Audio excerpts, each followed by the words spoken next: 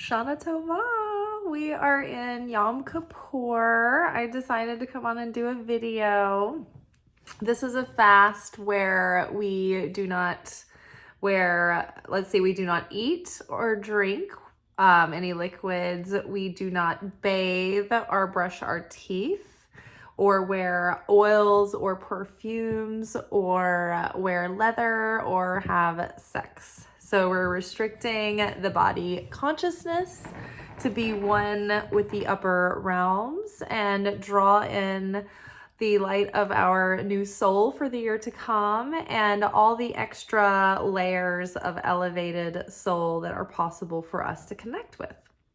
So this is the culmination of the work that we did in the month of Elul, which was the 30 days of Virgo leading up to Rosh Hashanah, where we did a practice called Teshuvah, where we reviewed and we looked deep into ourselves and we did self-inventory and reflection, and we were looking for ways that we could atone and correct and return to our true selves, return to the path, to Teshuvah, repentance, get back in alignment with that higher self and correct and strengthen the things that we maybe felt were weaknesses throughout the year, or correct for shortcomings or wrongdoings, or even ways that we just fell out of touch with our true selves.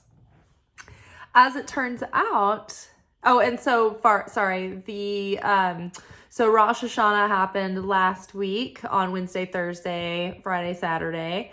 And now between now and then, these have been the 10 days of repentance, the 10 days of Teshuvah, which have culminated in that, like, doubling down in that reflection to, like, download and embody the wisdom that we have been receiving and, like, really practice that for the year to come.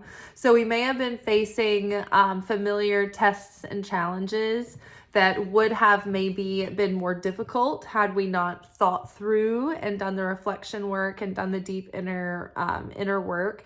And so now we have a chance to, like, reface those things again and, like, retake the test, so to speak.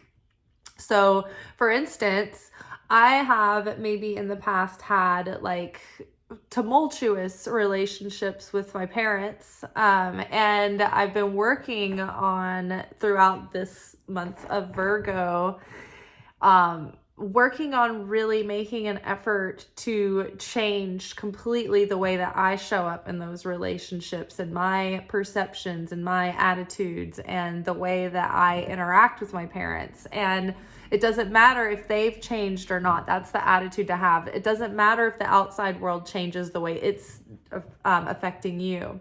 What we're changing is the way that we approach the world. Even when it's not giving us the result we want, we still are determined to make the change within us.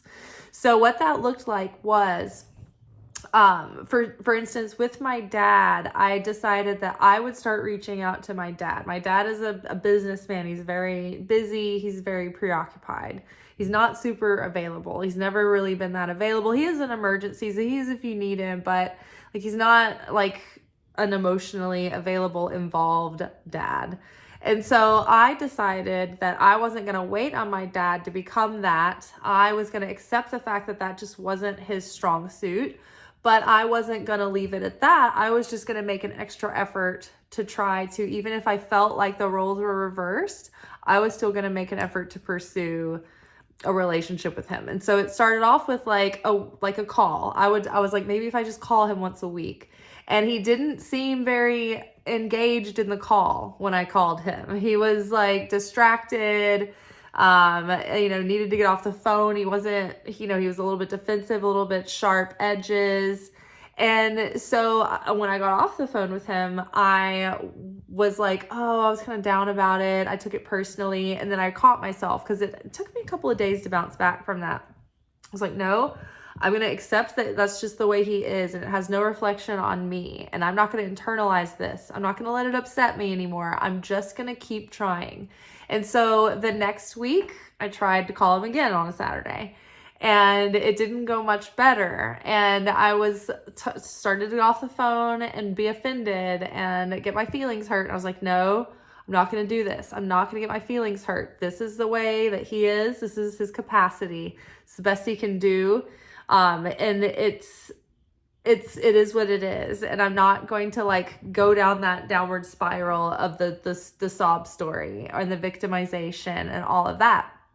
And so it was so crazy because I've thought about all of that just as I hung up the phone. It happened that quickly, that process.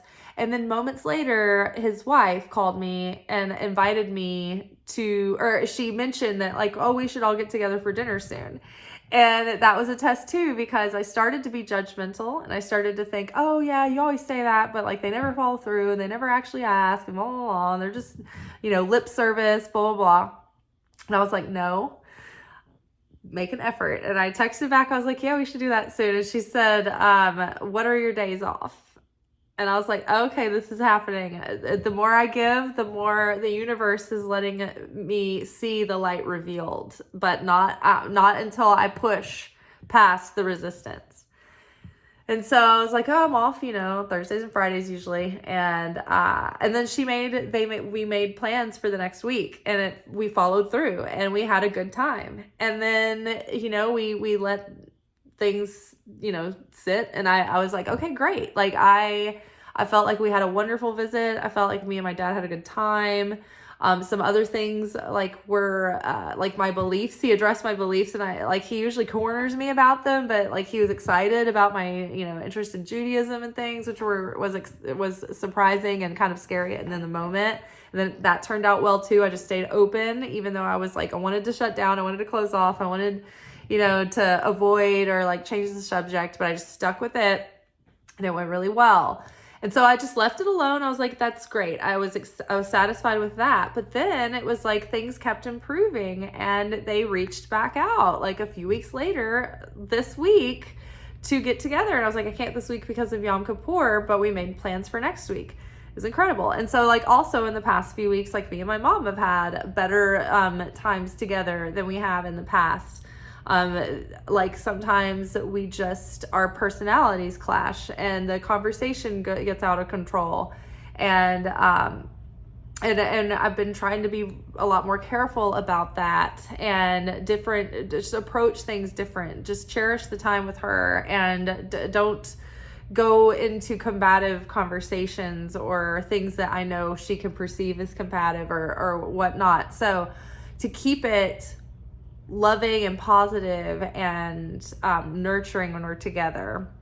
And so that has really improved too. And we had a really great lunch this week, even though I was busy and things were crazy and I didn't have a lot of time. It's I wanted to make that time, and it didn't feel like I was being stretched and it was a chore. It was something, we had a good time. It was a good time together.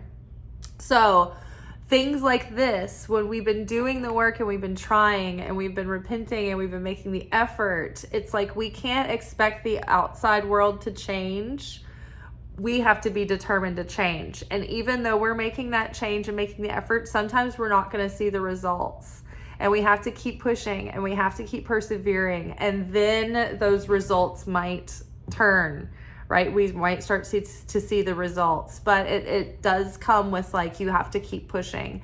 And depending on maybe how much work you've already done, maybe you have to keep pushing and pushing and pushing a little further. Maybe you get your results a little sooner, but just keep the faith and keep your certainty and keep trying to do your best to transform and elevate yourself, your consciousness, the way that you show up, the way that you behave. Now, hold on to that example as we get into the reading, because today is the day that Pluto stations retrograde in Capricorn for the last time in our lifetimes. This isn't happening again for another couple hundred years. So mankind might be, gone by the wayside by then. Who knows what this planet is going to be like. But right now is the last chance that we have that extra added influence in going back and looking at the structure of who we are and how we live our life and how we approach life, and healing that so that we can reveal more of our potential on earth.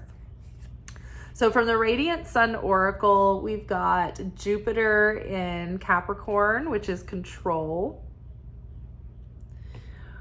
We've got, and it's a 10 card, which I love. It's like the culmination of that Capricornian energy. We've got the Moon in Taurus, which is exaltation. We have Saturn in Libra, which is devotion. And we have Mars in Aquarius, which is rebellion.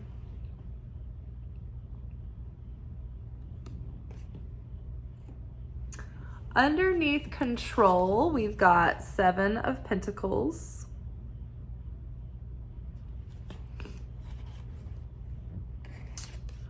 Underneath exaltation, we've got 10 of Cups reversed.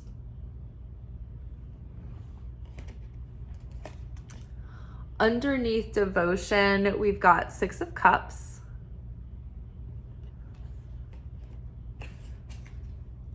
And underneath rebellion, we've got Page of Pentacles. So this reading is really describing this moment in the zeitgeist of like this 7 of Pentacles. It's like we've been working so hard and waiting for so long and trying to have patience and putting all of our investment of our energies into creating, you know, probably fill in the blank, like the life that we dream of, our career, our ideal partnership, like the life that we wanted for ourselves, the life that would have been that higher self, the potential that we could reveal and achieve in this life. It's like we've been trying so hard and working towards these things for so long, but they've just been eluding us to a certain degree. You see this like coin back there on the back of her mind. It's like she's got all these things, but like what she really wants, it feels like it's still eluding her. It's still just like haunting her in the back of her mind.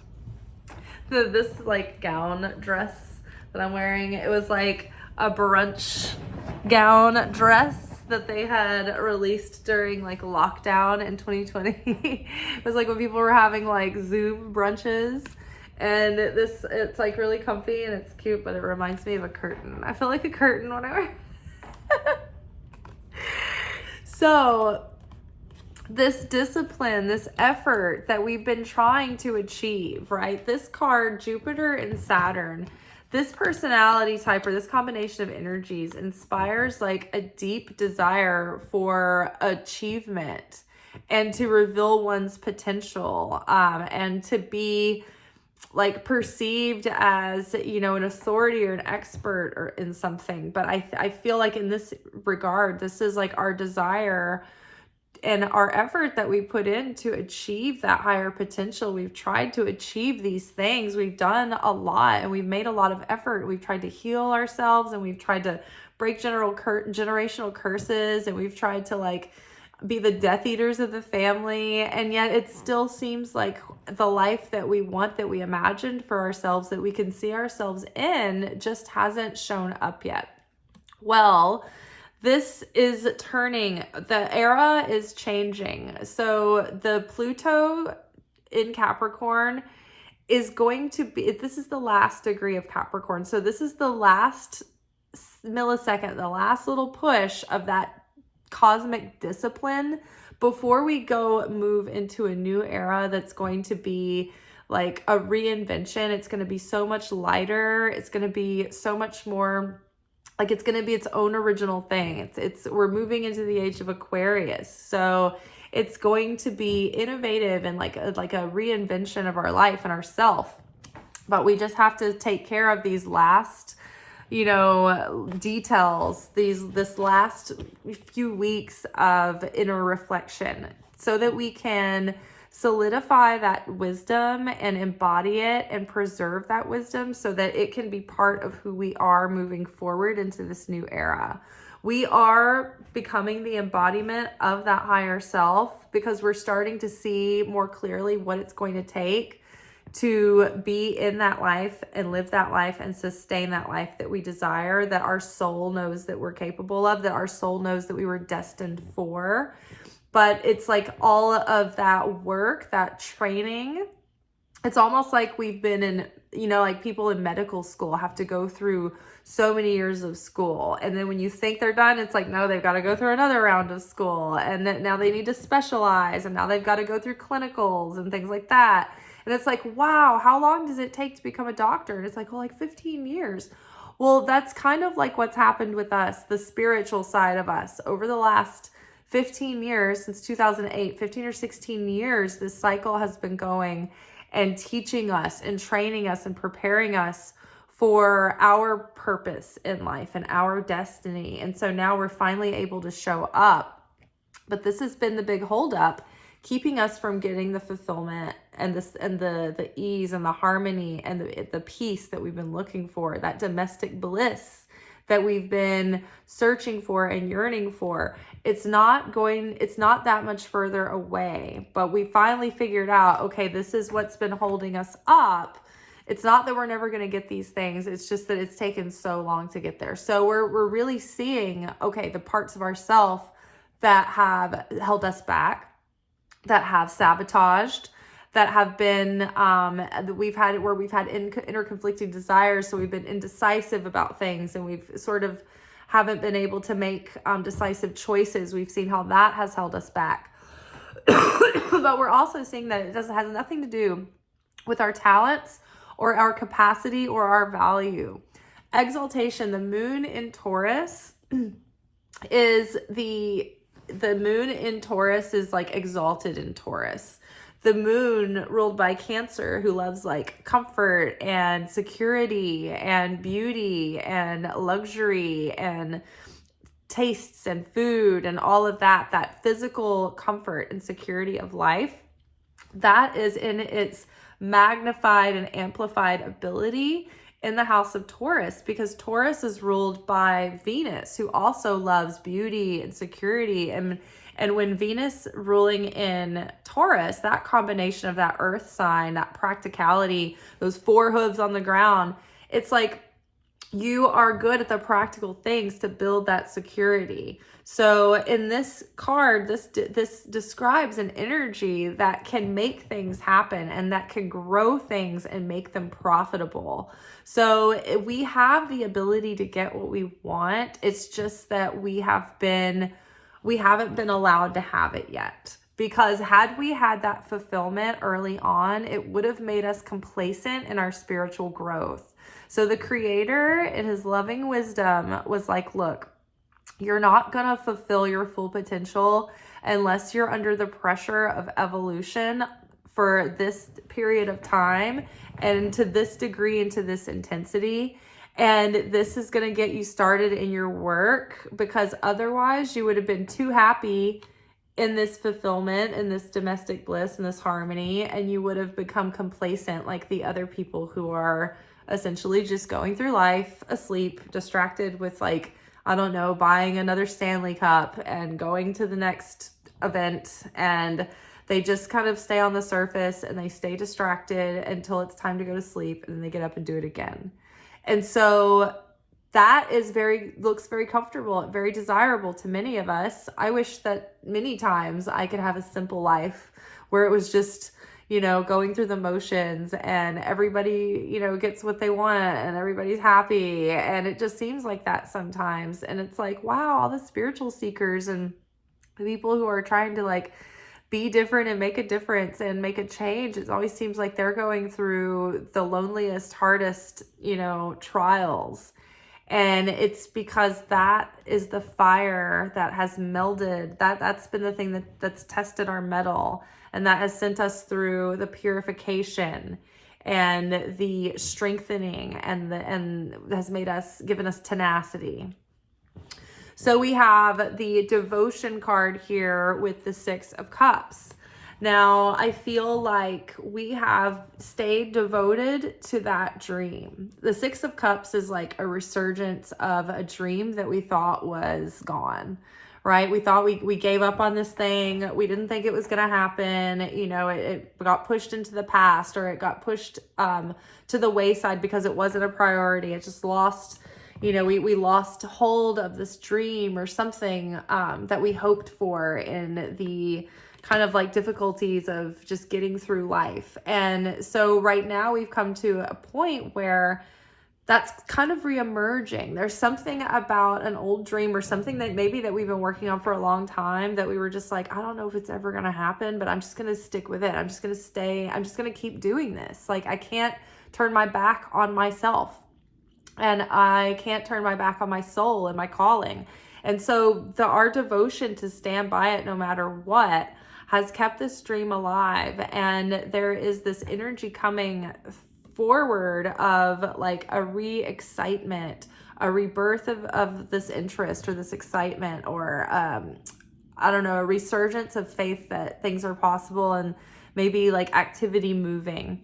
This could also be like people coming into your life now that are more devoted, that they're more kindred spirits, that they value you more. So like you might be having friends that the friendships deepen, or people may come back from the past you haven't seen in a while. You might rekindle a relationship or a friendship with these people, or you may have people like entering into your life that are new people that feel like old friends, but that feel like, oh, you know, when you look back at some of the happiest times in your life and you think back of those friend groups at the time, like, what were they like? What were you like? What were the hilarious, fun things that you were doing? What made them such special friend groups? What made that such a special, fun time in your life? What were the qualities?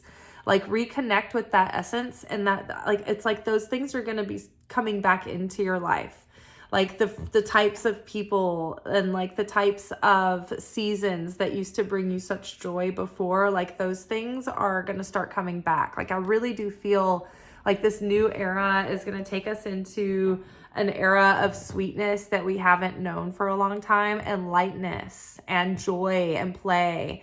And I think that where we've been trying to like make things happen and we've been met with so much resistance, it's like, it feels like none of our efforts are fruitful.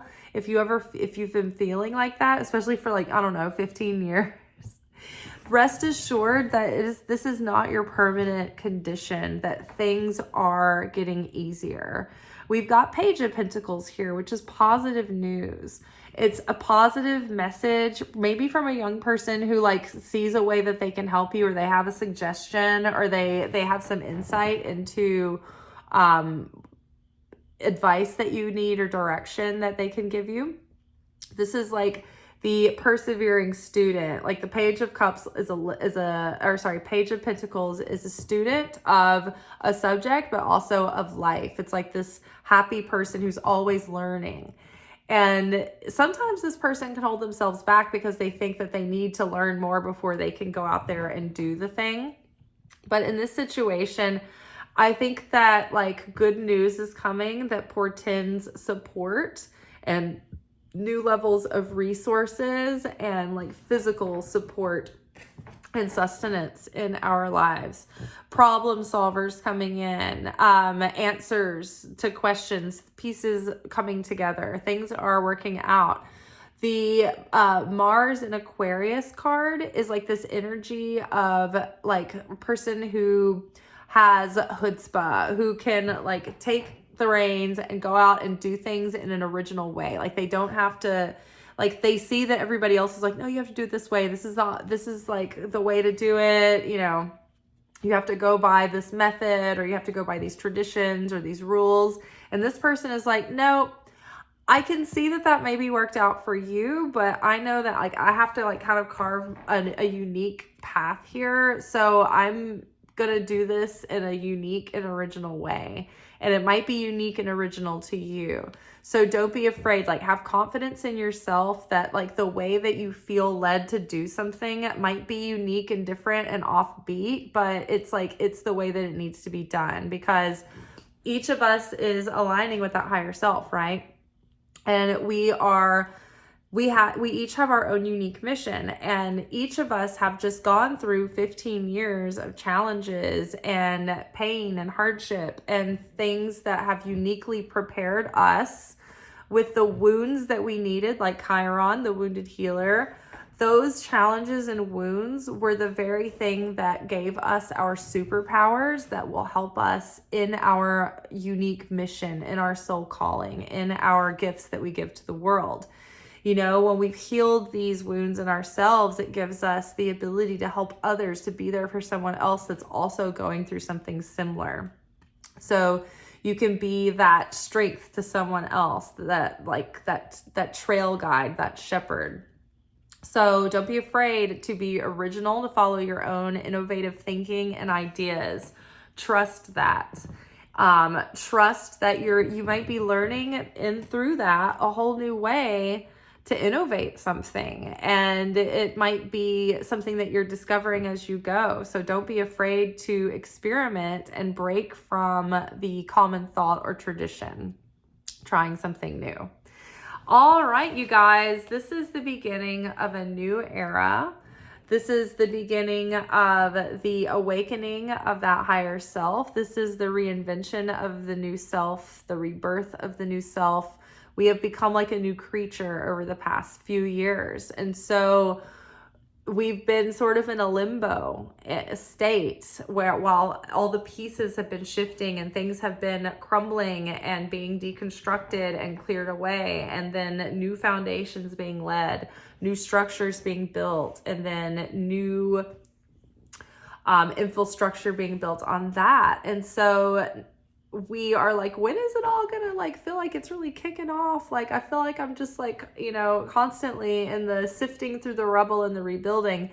And it's just like been going layer by layer by layer. But the last of this year, like, I think Pluto moves into Aquarius, I think around like maybe in like mid-November, I want to say, like mid-November or the third week of November.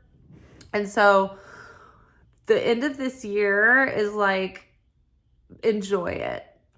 Use it as a time to wrap up loose ends, to finish the year strong, to think and enjoy and celebrate. And as we move into the new year, the planets are all shifting into new signs. And so things are going to start moving, and they're going to start, the energy is going to start shifting. It's going to start feeling a lot differently. But you may have started to notice it in small ways, like little moments where you're like, oh, that usually goes this way, but this time it went a little differently and it was a little better. It's like we're waking up on this like different dimension, in this timeline. It's like when we have like a healing, or when we shift a perception, or when we let go of a grudge, or when we correct for a mistake and we do things better this time, right? Like when I, had better experiences with my parents, it's like the script got rewritten, and other things in my life have been going a little bit easier as well. And those things have been going a little bit better. Like, for instance, do you guys remember the fact that like my air conditioner was like making all the moisture in the air for like 3 years? Like most of the year I'd have to live with like a constant like dehumidifier going that was like super loud. I would have to like empty the bucket like 3 or 4 times a day. It was crazy. It was like so much more than the usual, like people like,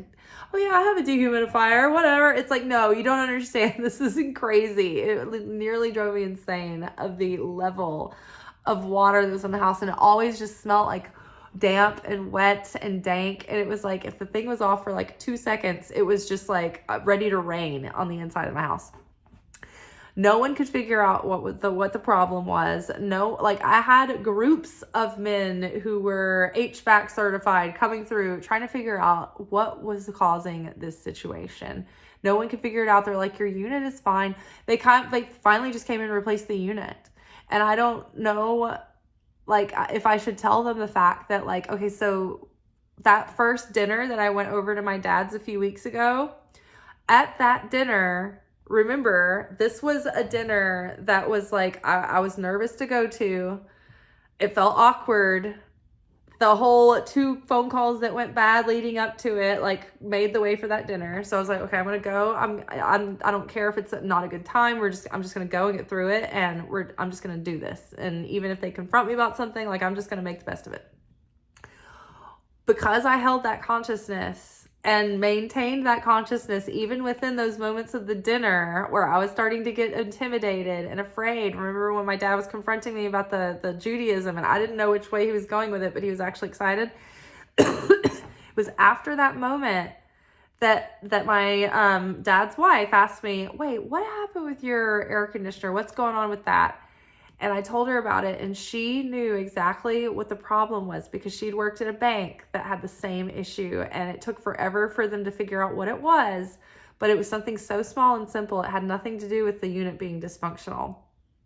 This is it, guys. If you have any moisture issues with your air conditioner, check the fan. When you're in the time of year where you're using your air conditioner, the fan should be turned to auto, not on. I had switched my fan to on, thinking that the air circulating would dry everything out. That is not the case. So you only have your fan on during the winter when you need to circulate the air because the heat is on.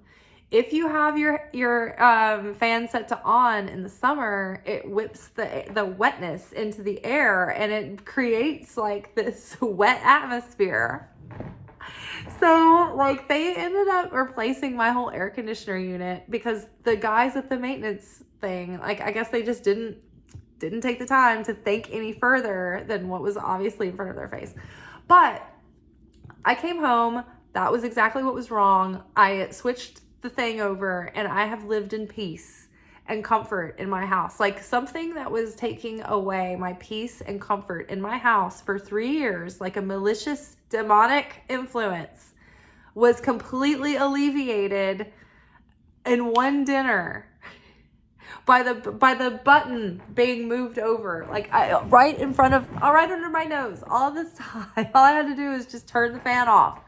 So I'm telling y'all, like, the things in your life that you know you want to mend and repair, those things that are hanging over your heart and soul, do them. Do those things. Even though we're already in Yom Kippur, you still have, even if you're just thinking about it now, the next 10 days between now and the next 10 days from now is the Feast of Sukkot. This is the Feast of Tabernacles. This is a round 2 of the 10 days of repentance. So if you think about all of that again, you think of the 10 days of repentance again, you make good for those corrections, or you try to make changes. Also, the thing about the next 10 days is that you have to stay in a state of joy. The more joyous you can be over the next 10 days, it's like the turbocharged light of your soul is getting maximized, like maximum strength turbocharged blessings for the year. So stick with it. Like there is a legitimate, tangible change happening so fast. Like the gap between time and space where it takes something a while to take an effect is getting smaller. Things have been manifesting almost instantly for me recently sometimes. And so that's for good or for bad. So don't let your self-fulfilling prophecies take over and take control. Be really mindful about what your thoughts are, and especially what your words are. Our mouth is so powerful. And when our consciousness becomes more powerful and we become more powerful manifestors, that means that our words are even more dangerous. They pack even more power. And so they can be words of life and blessing, or they can be words of curses. And so we have to be very responsible and careful with those. And, just knowing that where words are many, evil can be thereof. So just be careful about how you're talking about yourself, about life, about things, about others. All right, I think that is all for today. We will be back tomorrow night for Secret Teachings of Jesus at midnight. I'm pretty sure tomorrow night is also Yom Kippur, so I will be ritualing like from the morning until evening. So I'm pretty sure that I will be doing a video tomorrow, but if not, if I am burnt to a crisp, we will resume our content on Sunday night.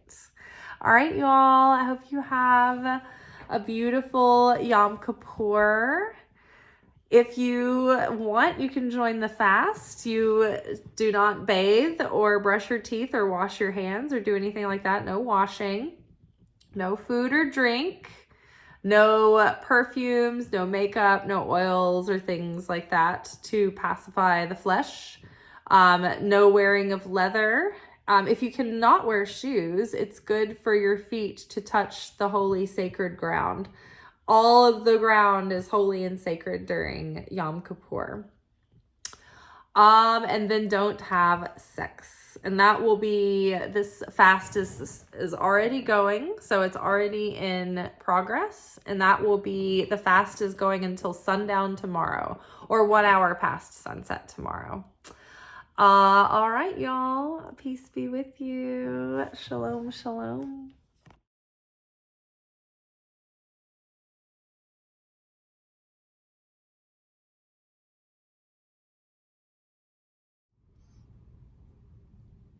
Thank you for watching. If you enjoyed this video and you got something out of it, then please give it a like.